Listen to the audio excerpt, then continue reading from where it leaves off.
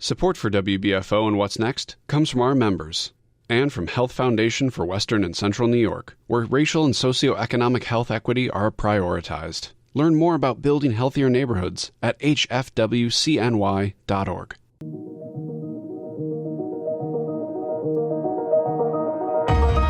I'm Jay Moran. I'm Bridget Jaipal Valenza. I'm Thomas O'Neil-White. We need to get together and let our voices be heard.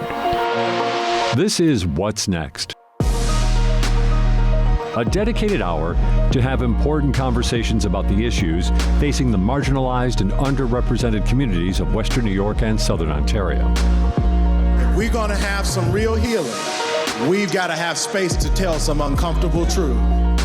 What's Next continues our mission to discuss race, equity, and the common concerns of Buffalo's East Side and beyond. The suburban area, everywhere, we must work and teach our children. And this is What's Next. I'm host Thomas O'Neil-White with host Jay Moran, and we are continuing our discussion about Project 2025. Joining us today is Dr. Michael Niman, professor of critical media studies and journalism at Buffalo State University and the University at Buffalo. Dr. Niman, thank you again for being back on. Not the University of Buffalo. Not University of Buffalo? Just No, Buffalo State? Just Buffalo State. Just Buffalo State. Yeah. Just Buffalo State. Is there? Do you want to restart that? We'll do it in post. Yeah, Okay. we'll do it in post. Okay, great. We'll do it in post. Okay. Well, Doctor, thank you for being back on with us. Mm-hmm. You're right. It's a pleasure to be here. Thank you for having me. Yeah, well, Project 2025. This is a topic that we've been discussing with other people. We're glad to get your viewpoints on it as well. And I think there's a lot of conversation that we can go with in this. And let's just start off with just a general question. Your thoughts about it and how it kind of reflects not only what we're seeing in the election, but also in American society today as well. Why don't you take us through some of your thoughts? Okay, sure. And, the lens that I'm looking at it through is a critical lens based on the work that I do as a faculty member, not just in the communication department, teaching journalism and critical media studies, but also in women and gender and sexuality studies and in Africana studies, teaching race, class, teaching, stories of race, class, gender, and sexuality in the media and in popular culture. So I'm looking at it, and there's a number of things that I think is really important to concentrate on. So rather than give an overview of the entire 920-page, project, I'm looking at certain things that kind of jumped out at me. So Project 2025, it sets out a blueprint to expand presidential power, to give a president direct control over, for instance, the Justice Department. That includes the FBI and the federal judiciary.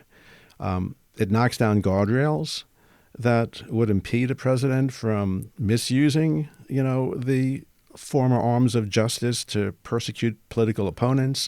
And I say former arms of justice because once you start doing what, for instance, Donald Trump has threatened to do with the Justice Department, then it goes from being an arm of justice to an arm of persecution.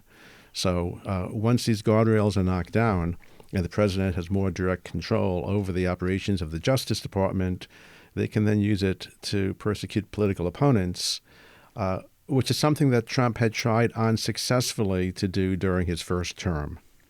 So for context, so far in this year's presidential campaign, former President Trump has threatened that if elected back to office this year, he'd somehow jail, Kamala Harris and some of her supporters, including donors. I mean, this is like, so just for disclosure, I've donated some money to the Harris campaign. Okay.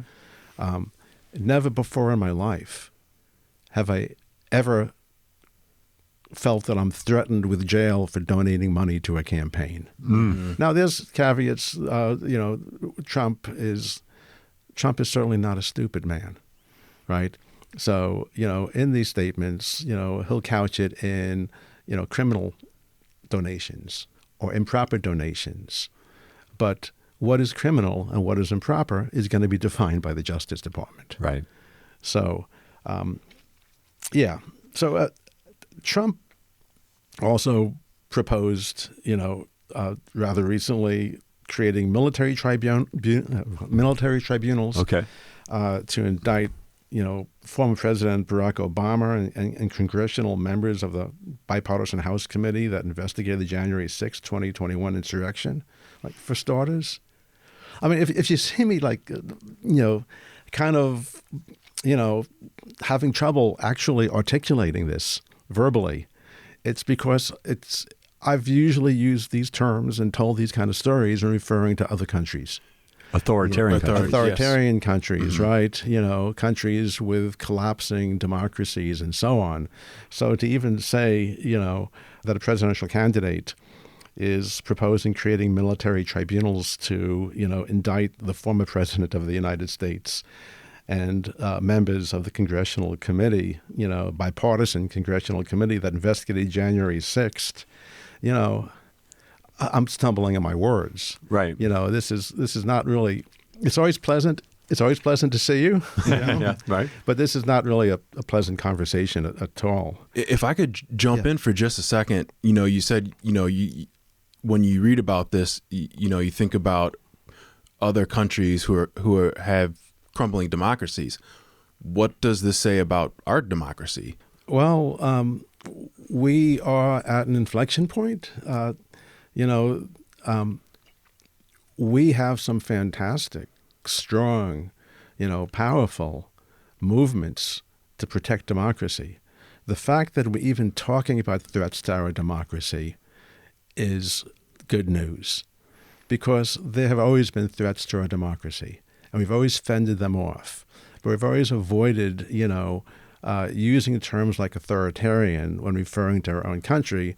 It goes with that kind of "it can't happen here," mentality. Mm-hmm. It's part of American exceptionalism that not only, do we, as Americans feel ourselves to be above the fray in so many areas, these things just don't apply to us. But we kind of feel that our democracy is indestructible. So we don't really, worry about it. So dispelling that notion that, someone's going to win, will still be America afterwards. This will still be the United States. From this perspective, you're saying, no, there's more to it than that. There's going to be, based on what Project 2025 is saying, and of course, the Trump campaign, which, again, we should mention that the Trump campaign has somewhat tried to distance itself from Project 2025. But you're saying that these are significant existential threats to democracy here in the United States. Last night, I taught my race class, gender, and sexuality and media class. And what we discussed in that class is, among other things, the policies that maintain and perpetuate intergenerational wealth disparities. And I use in that Daria Reutmeyer's book. She's an economic historian, to actually talk about a lot of these things. We spoke about these things last time I was on, your show. But I gave it the caveat that we could not be having this conversation if I was teaching in Florida. Or I believe Texas. Or Texas, right. Right? And not that they would come in and lock me up, but that I might not be working there the next day. So it's not necessarily at this point a criminal infraction, although people have talked about that, but it's just prohibited. It's prohibited in public educational institutions. So I never thought I'd be saying that, about another state in my country. I teach a media literacy course that's online. So theoretically, somebody in Florida or Texas can take that class because they can't take it in their own states. Because of, how we talk about, the role of media in perpetuating, racist policies and racism and so on.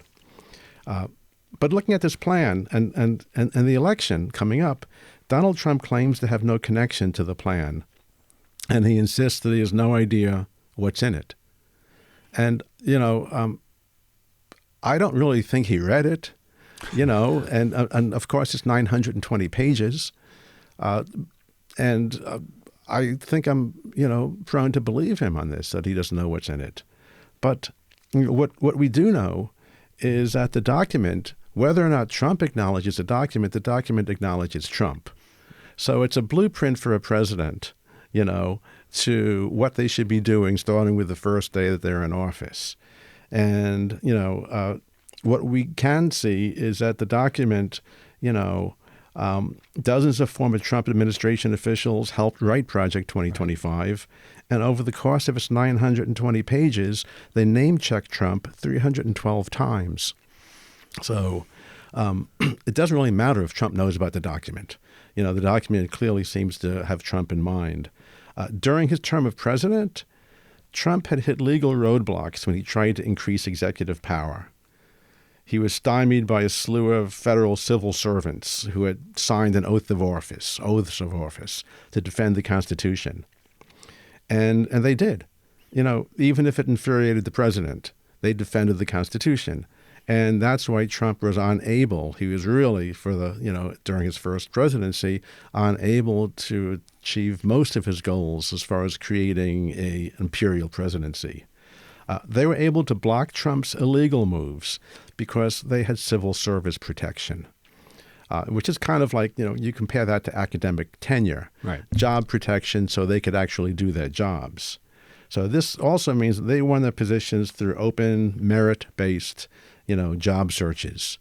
Merit-based hires, that's a conservative ideology, right? Mm-hmm. You do a national search. These are the people that have the strongest credentials. They're hired. They have civil service, protections, so they can't really be fired without a reason. And once they're in office, they have those protections specifically designed into their jobs so they can carry out their duties. Project 2025 proposes to eliminate this federal civil service protection, basically giving the president the power to fire government officials for enforcing U.S. laws, against a rogue presidency. And also, they become political appointments as opposed to civil service hires. So it's no longer a competitive search. They come up through political organizations. They have shared political ideology. So they're not going in there as civil servants who have sworn an oath to protect the Constitution, and that is the main purpose of what they're doing there. But they go in there as political players with a political agenda, and that political agenda, just reading over Project 2025 at various different junctures is at odds with the way I interpret the U.S. Constitution and, the ideals of our democracy. And they're being trained already on what Project 2025 is, and so they're being trained to come up through the ranks and be ready for these appointments. Should Trump get into office? Yes, I would assume so. And I know that, there are training institutes, but it's not so much that they're going to be trained to do this. It's that they are political appointments who are hired to do this. Mm-hmm. So the fact that they are trained to do this, if we can document that, makes it just that much quicker. And I think that this comes in, kind of like a blitzkrieg. There's a whole bunch of, football analogies I should be using. Right, that's fine. So despite mentioning Trump 312 times, and this is kind of the scary thing, Project 2025, in my mind, isn't really about Trump per se. It's about consolidating power. And the only way you consolidate power, in a democracy, the way they're describing is by undermining the very notion of democracy. And it's all clearly written and laid out. So this is a policy statement that says everything. And it's the same thing, one of the things about the Trump presidency is that Trump oftentimes, in clear language, says exactly what he's going to do. And people don't listen to him. They say that, well, he this is his style of speaking. I'm like, no, he's telling you what he's going to do. He's telling you that he's going to use the Justice Department to persecute his political enemies. He doesn't use the word persecute. He might use the word prosecute. Right. It's all clearly laid out. Where Trump fits into Project 2025 is he is the tool to enable that consolidation of power. But it doesn't have to be Trump who's doing it. I'll get more to that. Okay. Yeah. But Project 2025, it's written by the Heritage Foundation, and in a nutshell, a lot of students particularly have been asking me, what is the Heritage Foundation? And I figure like one of the ways that I like to write and I like to teach is just put it into plain English. I'm from South Brooklyn, right? So it's. The Heritage Foundation is a right-wing political advocacy and action organization. This is what wonks will call a think tank. Mm-hmm. So we often hear the term think tank. Certainly. And then, in popular culture, we think of Shark Tank or, but, what is a think tank, right? What they do is they draw plans, they influence politicians, and they make things happen. And they do this on a national level, they do this on a state level, and they are very effective at doing it. So if you look at, history, in Trump's previous administration, he and his administration enacted 2/3 of the demands that were made by the Heritage Foundation during his presidency. So they gave him a list, and it's not a new relationship, right? And they're not a new organization. They gave him a list of things to do in the first presidency, and 2/3 of them were done. That's a really good record. That's pretty impressive. I'm sorry, but just to highlight that idea that when Donald Trump was president, that he followed their notions or their demands, for lack of a better term. Does the Heritage Foundation, you were talking about before about how Donald Trump kind of has this way of talking where he says things and then his defenders come to him and say, well, he maybe didn't really mean that or whatever the case may be. The Heritage Foundation sees in him as a tool to help them garner this political power, to consolidate this political power. Because he has been a tool in the past. So it's a pretty good bet that if he's reelected, he would be that tool in the future. And it's worked out well for them. But could you fit any other politician with a demagogic bent in that position? Oh, yeah. A Ron DeSantis or a J.D. Vance? Absolutely. Project 2024 is a blueprint to supercharge their agenda by recommending an action plan for a compliant president. Is clearly written with a second Trump presidency in mind, but the plan being much larger than Trump.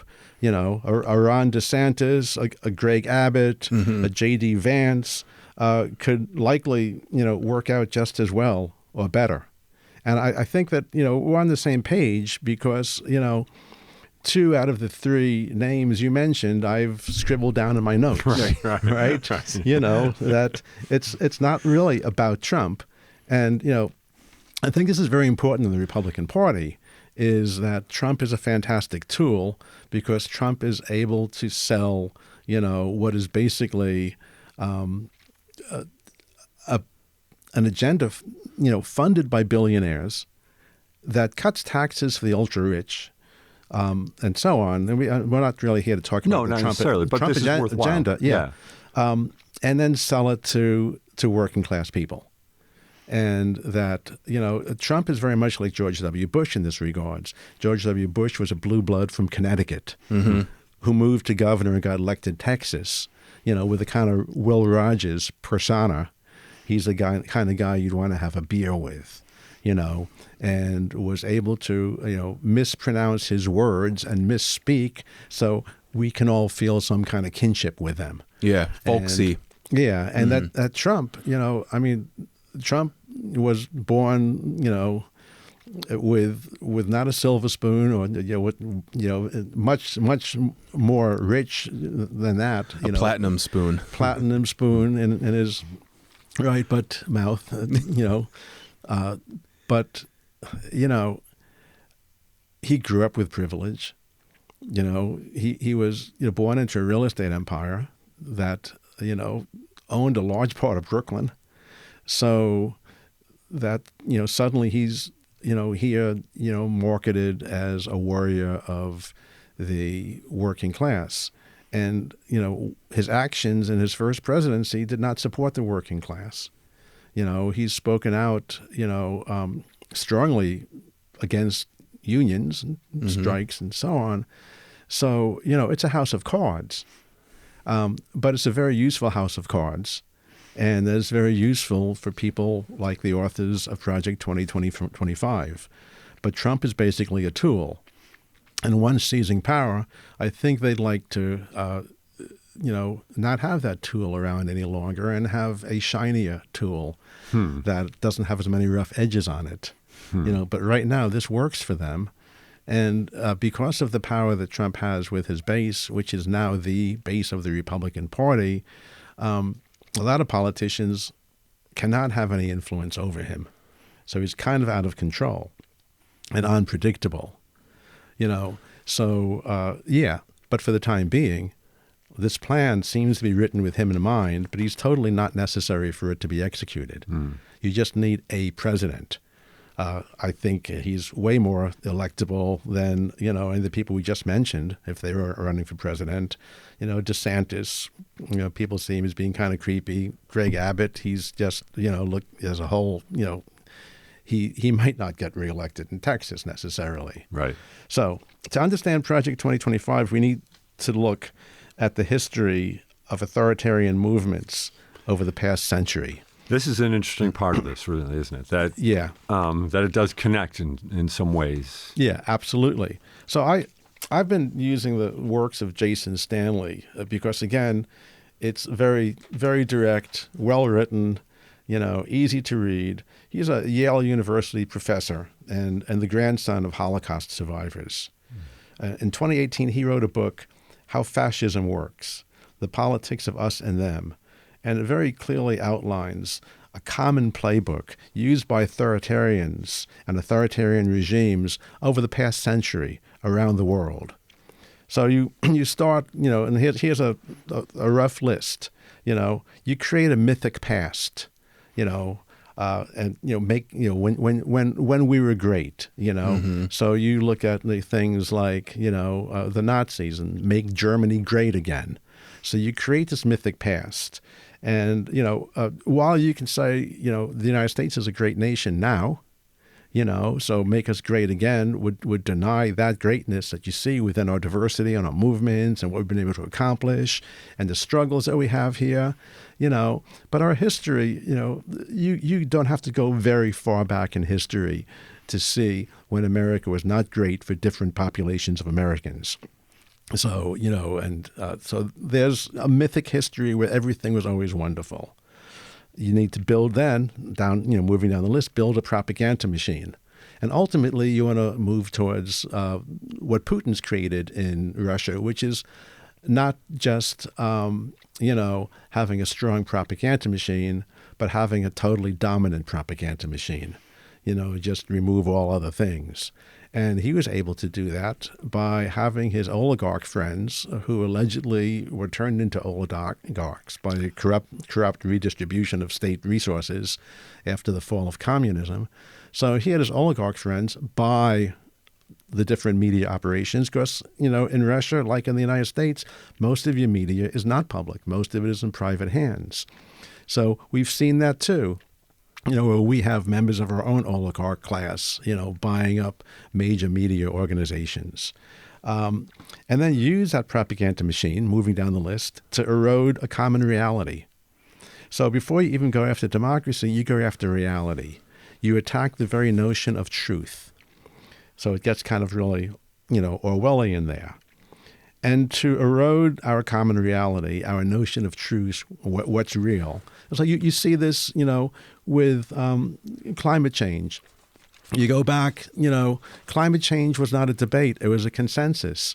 Almost every climate scientist, agreed and you had thousands of different studies that all reinforced and validated each other. So then what you do is you create doubt. And you just, get a pseudoscientist and elevate them in one of the media organizations that becomes part of a larger propaganda machine. And suddenly we have what politicians call the climate debate. But you can't really debate what we're seeing. Right. But it's a debate. So that stalls climate policy. It has stalled climate policy, a strong climate policy for 40 years. What we're seeing now is worse than what was predicted. So you use it to, you use your machine, your propaganda machine to erode a common reality.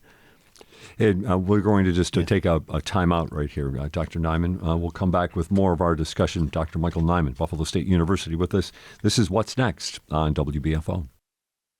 At Buffalo Toronto Public Media, community is at the heart of everything we do. Whether we're dancing alongside you at Porch Fest, inviting you in for a tough conversation about systemic racism, teaching you about what to do when someone overdoses, or entertaining you with free concerts in our performance space. Engaging with and serving our community is our top priority. This is public media. Did you know that WNED PBS is always working on great new local shows for you to watch? Documentaries like Kleinhand's Gift to Buffalo, which tells the story of Buffalo's music hall. The hall is very intimate, and that intimacy makes everyone who comes in here feel a part of our family. Fun and educational series like Compact Science. Believe it or not, peppers are technically fruits. And Shakespeare's greatest hits, featuring some of his best-known soliloquies and monologues. We are such stuff as dreams are made of. You can watch them all on our website at wned.org/local shows. While you're there, check out the show pages and mini websites for additional content such as bonus features, photo galleries, and lesson plans. Find it all at wned.org/local shows. You're listening to What's Next, our place to discuss the important issues of our communities of Western New York and Southern Ontario. We want to hear from you. Click on the Talk to Us option in the WBFO app, and we will work to get your questions or comments on the air. Do you have a story or concern that we should be addressing? Email us using whatsnext@wbfo.org. Together we'll have the conversations that are needed. This is WBFO, your NPR station. And we are back with What's Next. Thomas O'Neil-White here with Jay Moran and Dr. Michael Niman, professor at Buffalo State University. Dr. Niman, you were on a roll talking about authoritarianism. Let's get you back on track. Okay, I was talking about the common playbook. I have a bullet point list here that authoritarians and authoritarian regimes have used over the last century. So the next one on my list is undermining intellectualism. Oh, right. We'll certainly see that. Right. So, empiricism can't safeguard, reality if it's been undermined. So basically, if we're struggling to maintain a common reality so that we can have policy debates and discussions, you erode a common reality. You let somebody go into a debate, and, we saw this with the vice presidential debate, and with the presidential debate, where two of the candidates were complaining about being fact-checked, and complaining about, media organizations, news organizations not wanting to repeat misinformation as a form of censorship. Is that what you do is you flood the information, universe with misinformation, and then reality ceases to exist, and everything becomes a debate. So instead of debating policy based on a common reality, which is what democracy is all about and what democracy lives and thrives on, instead, I find that most political debates right now are about reality as opposed to being about policy. So that is, that undermines intellectualism. Intellectualism gives us the tools to really think about things deeply. So empiricism, which basically means evidence-based arguments, evidence-based, empiricism is what normally is used to protect democracy. But if intellectualism becomes, quote unquote, like elite, right? Which is and a common you start phrase, using right? various different, names to undermine, what we're doing right here, right now. then you have, you can't really safeguard reality. The next thing, and this is the big one on this list, is you rhetorically divide us into an us and a them. And then you make the us very frightened of the them. And your main tool is fear. Because when we become frightened, we act irrationally. And when we become frightened, we oftentimes will act against our own best interests because of this perceived greater fear, which is mostly created. So you divide the world into an us and a them, and then vilify the them. And this has been every authoritarian movement has always created scapegoats. This month, last month, it's Haitian immigrants, right? It's no accident that it's Haitian immigrants, because Haitian immigrants are black, and they are black people who don't really have the strongest connections to other Black American groups, and that they have because of their cultural differences, they have always been stigmatized. Their religion has been marginalized, and so on. So culturally, we've always had these biases against Haitians. You got to trace that back to the 1814, I think it was, Haitian Revolution, which was the first time in the history of the hemisphere, and I believe the world, where you actually had an enslaved people rise up and take control of a country. That really, scared a lot of people in the United States, for instance. That led to the ban on the importation of new slaves, which did not end slavery. Slavery just became more of a domestic industry, right? But Haiti was very powerful. And not just that, but giving, the former slaves the right to participate in the control of the country. And that was met with a lot of pushback. And without getting into the history of slavery here, to the modern times, it's involved coups against governments like the Aristide government. And, the Haitians had to pay a debt back to France for the stolen property. But since the environment was already pretty much, consumed and pretty wasted, through, colonial sugar plantations and so on, what was the French property? They were not really building a strong infrastructure. The French property were the bodies of the Haitians, which Haiti then had to, and we're talking, continued until the 1960s or later, I believe, paying off that debt, which is why Haiti is the poorest country in the hemisphere, because they were saddled, for over a century, having to pay for their ancestors' bodies. So, seeing Haitians as the group that is being targeted here, is very disturbing. So, rhetorically divide us into an us and a them. And then, moving down the list, frame themselves, the authoritarians, frame themselves, the us, as victims and a victimhood, right? So again, that was very powerful, for the Germans coming into power, because there was a legitimate victimhood, possibly, in, what happened with the Treaty of Versailles and the end of World War I and so on. But in most places, this is a fictive victimhood, because by the time the Nazis were calling themselves victims, they weren't really talking about the Treaty of Versailles anymore. They were talking how they were being victimized by, and then it would be the people that they were themselves going to then wind up, targeting with genocide. So, what you have in the rise to authoritarianism is the people with the privilege claiming to be the victims. So, for instance, you see people with members of dominant religions talking about how their religions are being persecuted against, and that's why they need to end religious liberty for other people and things like that. So, or impose their religion by law on other people or their religious beliefs. So, moving down the list, then stoke fear and chaos while bathing themselves in the rhetoric of law and order. So no, we most certainly are seeing that. Yeah, and so you create And J.D. Vance in the vice presidential debate kept saying this stuff, and it pretty much went unchallenged because there's a chaos factor. It was just kind of like a tidal wave of untrue things.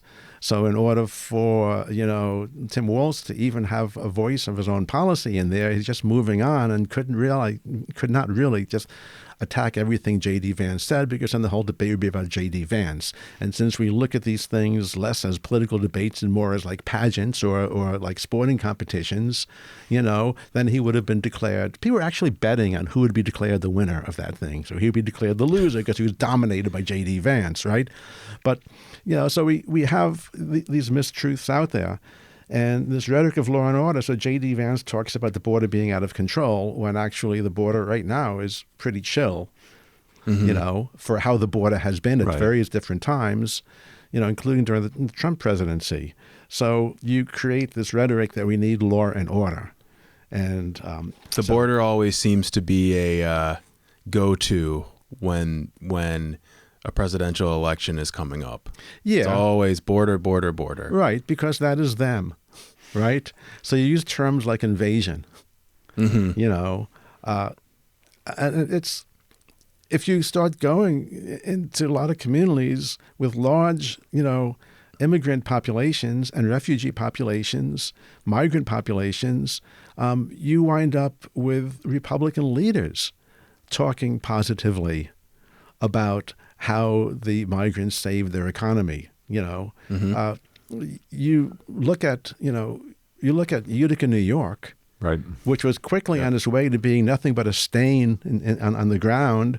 They have one section is about a mile of abandoned factories, and at some point, probably about 25 years ago, they got an influx of Bosnian immigrants who revitalized the heavily abandoned commercial strips, and they quickly, despite that being a conservative area now, represented by a Republican in Congress, they created an agency whose job was to attract more migrants to Utica and help them set up businesses.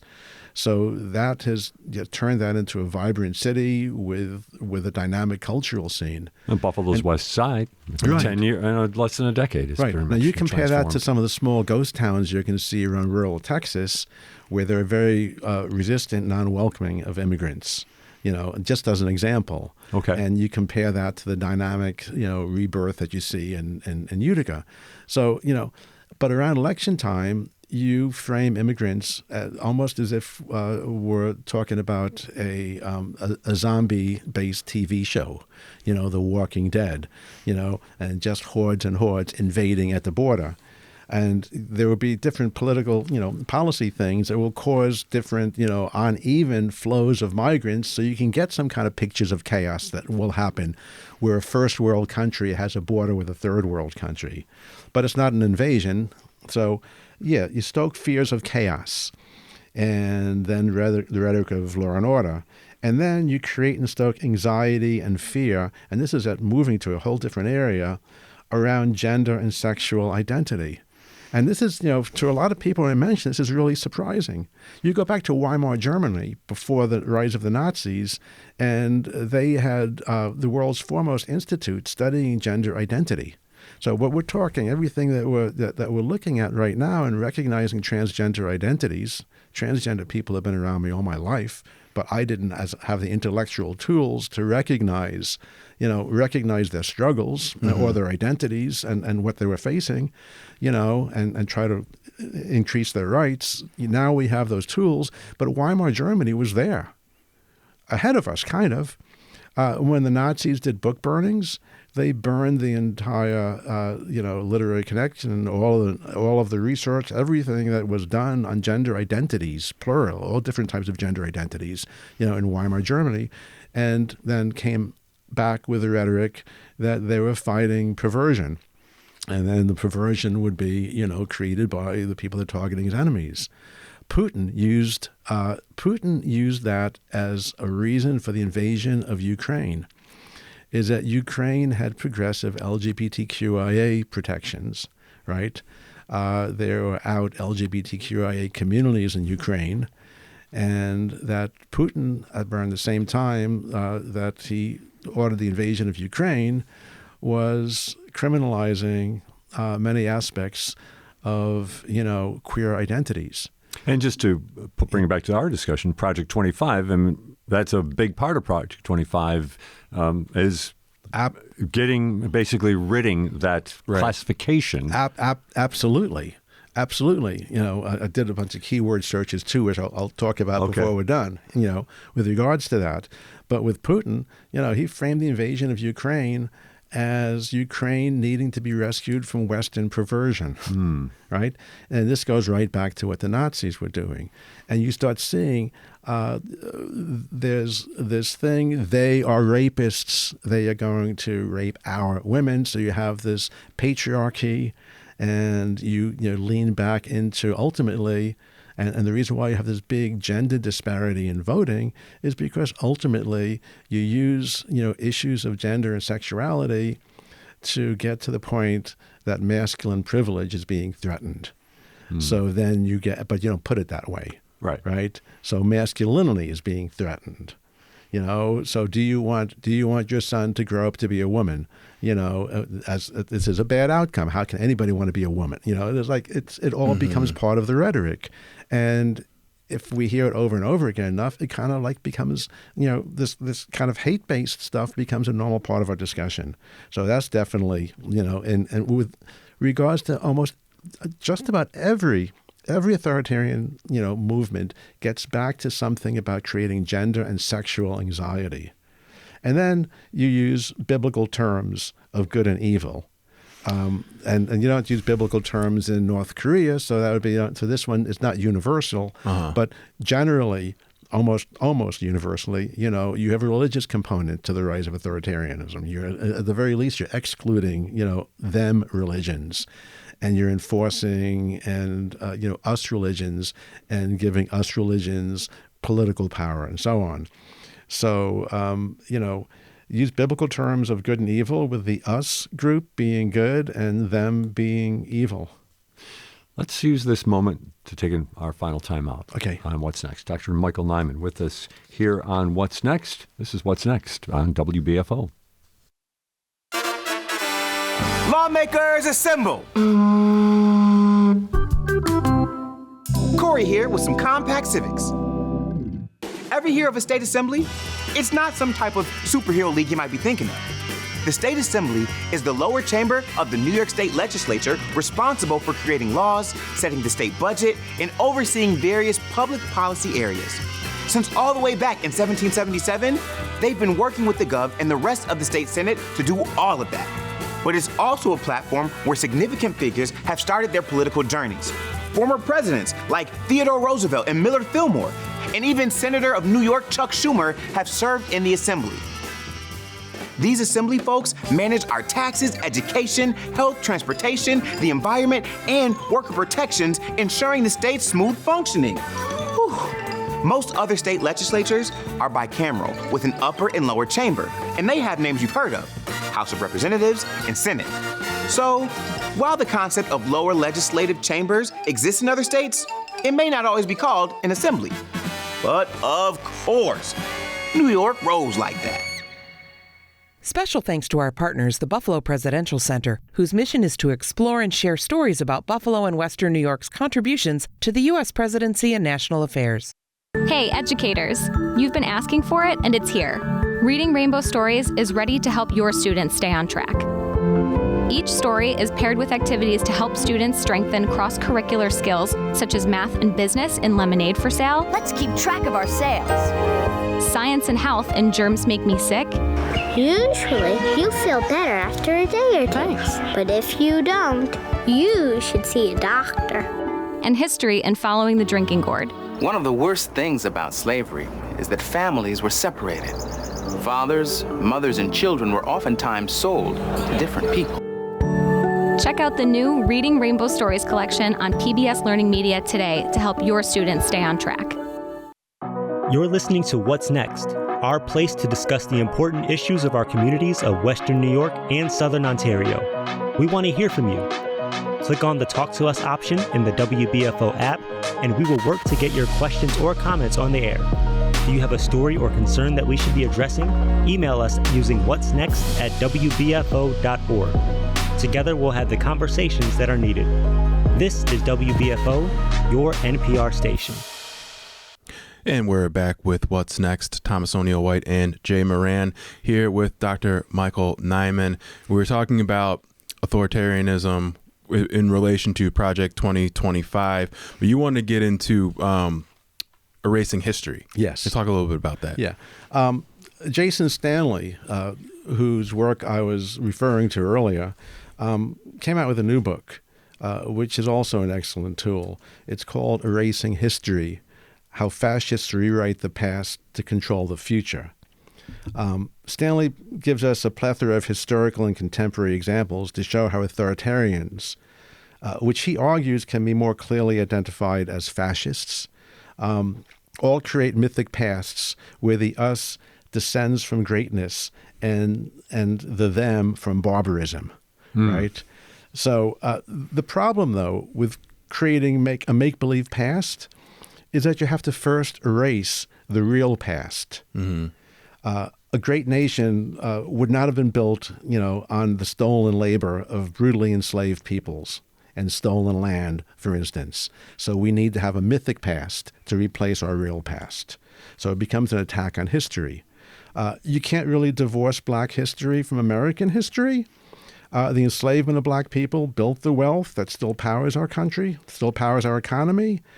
Black political activism powered our historic movements for democracy and continues to power them today. So, teaching about the struggles to create democracy, undermines the myths that we came out of the gate as a democracy in 1776.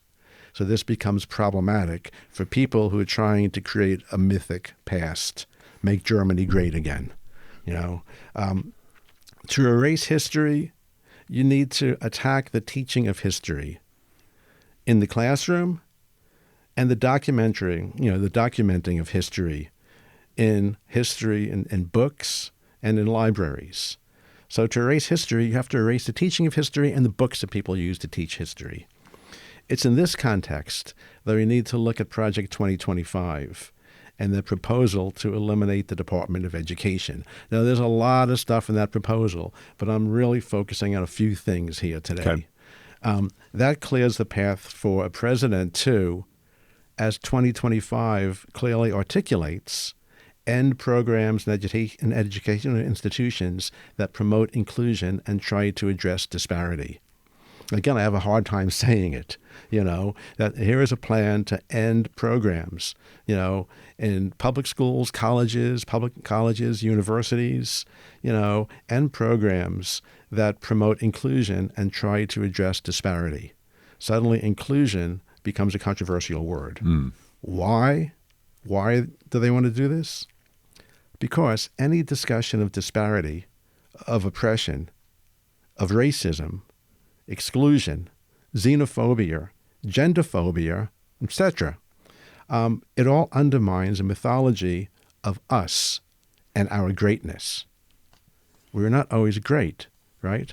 So, in this context, Project 2025 becomes a strategic framework of performative anti-intellectualism. It establishes an intellectual framework for erasing critical intellectual examinations of American history. So again, Vance, Yale-educated, venture capitalist, quite wealthy, becomes a man of the people. When you just described an anti-intellectual. Yeah, but you just described what would be normally considered an elite. An elite. Yes. I'll tell you, no disrespect, but his academic pedigree is certainly shinier than any of ours. Right? So right. But yet he is a poster face for this anti-intellectualism, which is actually a well thought out intellectual attack on critical intellectualism. On a micro level, Project 2024 lays out specific details on how a presidential remaking of education would proceed.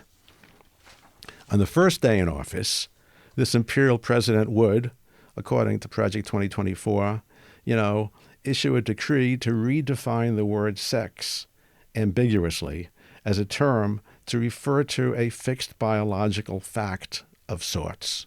Right? Of sorts. Of sorts. Well, I put in the of sorts, okay. right? So that, they write, just redefine the word sex to refer to a fixed biological fact, rather than referring to a person's sexuality. So sex goes down to a biological fact as opposed to a person's sexuality. In an Orwellian twist, Project 2025, and again, this is looking at it on a granular level, it would take us sitting here for a week to go through the whole 920 pages. Right. But looking at it on a granular level, Project 2025 proposes a list of words and terms slated for elimination in federal laws and regulations. These include the terms sexual orientation, gender identity, diversity, equity, DEI as an abbreviation, meaning diversity, equity, and inclusion, gender equality, gender equity, gender awareness, gender sensitive, reproductive health, and reproductive rights. Wow. Right? Slated for elimination. And that list, we're only on page 5 of the 920 pages by the time you get to this list. Later in the document, they contradict themselves, reintroducing terms such as gender equity, but with new dystopian definitions for them. So it's worse than just eliminating the words.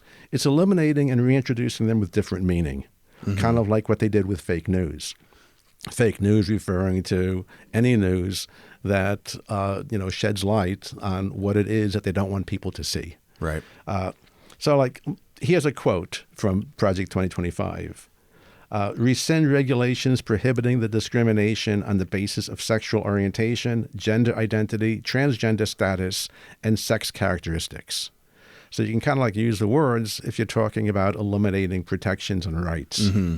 So here we are, coming into 2025 after the election with a new president, and we see major initiatives not to protect our democracy and our rights, but to go further, taking our rights away from us. Eliminating diversity, equity, and inclusion programs is a Project 2024 obsession with 39 references to the acronym DEI. And that's without getting into using the terms and the words. The report also attacks the use of terms like white privilege and intersectionality.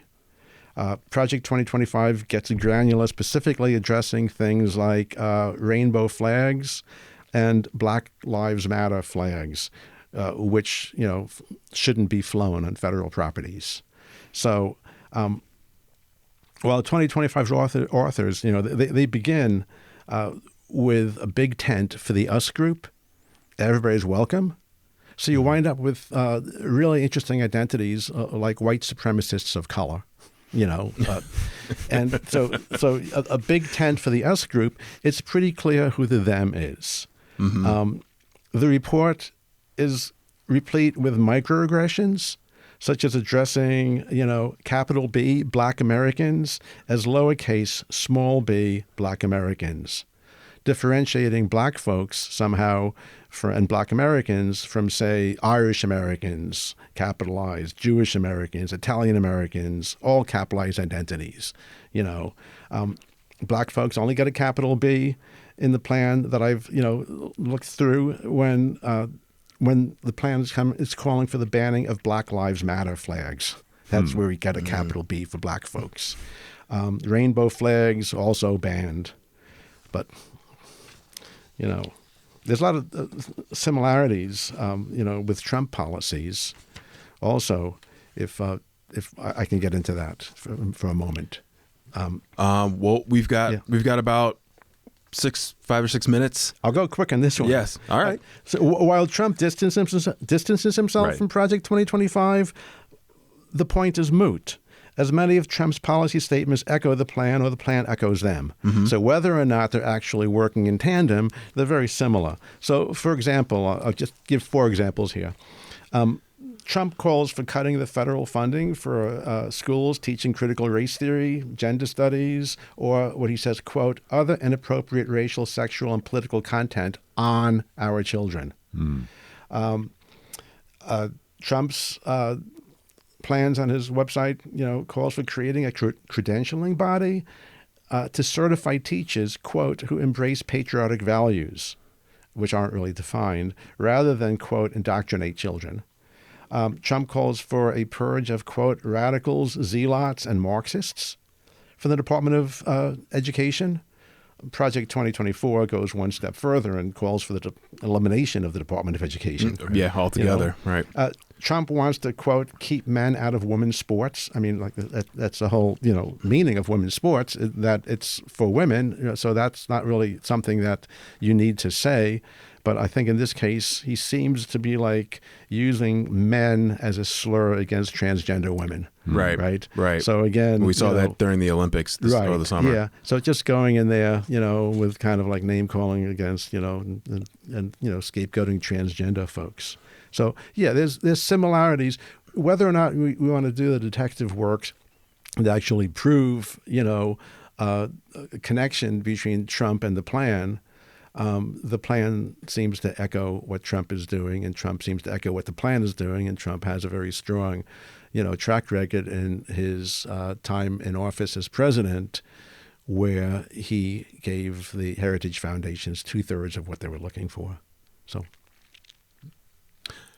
I had a question that's kind of a little off topic, but has to do with the presidential campaign of Kamala Harris. So wanted your thoughts on neoconservative support of the Harris campaign. Dick Cheney has come out in support of the Harris and Walz campaign. Just want your thoughts on that. Well, I think you kind of answered the question in that the neoconservatives, they're not fascists. And I think that, Dick Cheney, now I say they're not fascists when I say, like, in my youth, with great hyperbole, I might have called them fascists. Right. But, right. Yeah. they're not fascists per se. Mm-hmm. Dick Cheney has said that he has a great number of strong policy disagreements with Kamala Harris. But he sees Donald Trump as a quintessential threat to the continuation of democracy, and fears that with another Donald Trump term, we won't have a democracy. And that's also, there's 200 military and police officials, people in leadership roles that echoed that statement after Cheney came out. Most of whose policies I may not agree with, but they also are people all who took an oath of office and, to protect the Constitution. And they see another Donald Trump presidency. And I believe, Project 2025, becomes part of that package, as a quintessential threat to democracy. And yet there are, and just to follow up then on that concept, so many of the Republican Party, so many people who identify as Republicans have jumped in and jumped onto this path. There's been a takeover of the Republican Party by people who previously didn't identify themselves as Republicans, like Donald Trump, who was a lifelong Democrat, liberal, for most of his life still was a Democrat. Trump's base, all jumped in there to the point that a Republican who does not kiss Donald Trump's ring, who's not a sycophant, can't win a primary. So I wouldn't condemn all Republicans. I can just say the Republicans who don't buy into this program have pretty much been exiled from the party. So it's a whole new thing, this Republican Party. It certainly is not, it certainly isn't supporting conservative economic, ideas that Republicans previously stood for. And that will do it for this episode of What's Next. I want to thank our guest, Dr. Michael Niman from Buffalo State University. You're listening to WBFO News and Buffalo Toronto Public Media.